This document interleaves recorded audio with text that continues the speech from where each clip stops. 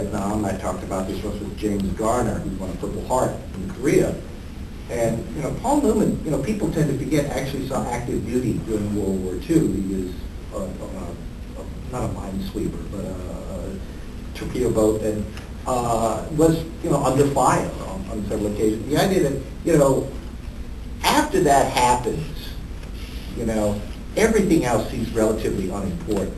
If you had, people shooting at you with real bullets, meaning you harm, then anything a critic can write about you, anything a casting director can tell you, anything that can happen to you in your career. Yeah.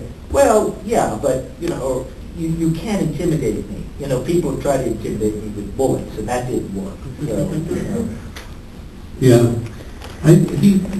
To get back to a specific movie, though, this is always a great dividing line for me. Do you buy him and somebody up there likes me? Did you buy him as Rocky Graziano? Well, it's funny you say that, because I've never, somehow this is one of those movies, you see it a clips of over the years, you think you've seen, and then when you finally sit down to see it, you realize, I've never seen this entire movie. I saw, somebody brought up There Likes Me for the first time about 2 weeks ago. It happened to be on Turner Classic Movies. Mm-hmm. And I was fascinated by it, because I could see now why people were making the Brando comparisons early in the career.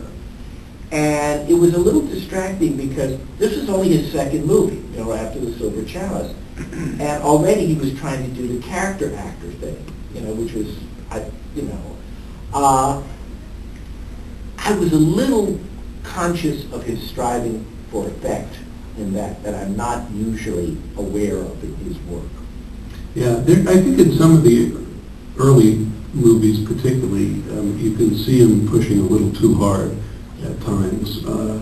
And I remember hearing him say this somewhere, this is not from personal experience, either read it or heard him say it somewhere, that, as he got older, he thought the biggest thing that he had learned was a sense of economy and how to be, really efficient with what he was doing, instead of, like the urge to really get, sometimes you would see him in his, and of course I'm not going to think of an example now, but in scenes where he'd be really reaching and digging for something, and it just felt like he didn't quite get there, but he was pushing too hard, and if he just sort of lightened up a little, he would have gotten there.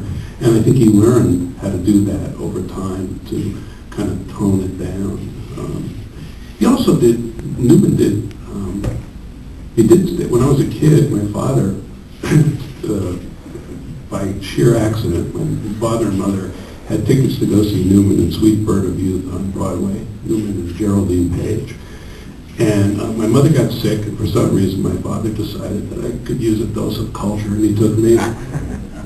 And although I can't tell you I remember the performance really well, I do remember Newman's presence on stage, and he had a very strong presence on a theater stage, not just in movies. But that was a case, I think, that in the movie version, he pushes a little hard in that, but he'd done it on stage first. Maybe it was a bit of a carryover. Well, also, sometimes actors develop a sense of, as you say, economy, but they also develop a sense of they can work more outside of the box. Years ago, and I really can't tell you how seriously this was considered, but at one point in the torturous production of Apocalypse Now, Francis Coppola approached Clint Eastwood to play the role that Martin Sheen on the play. And Eastwood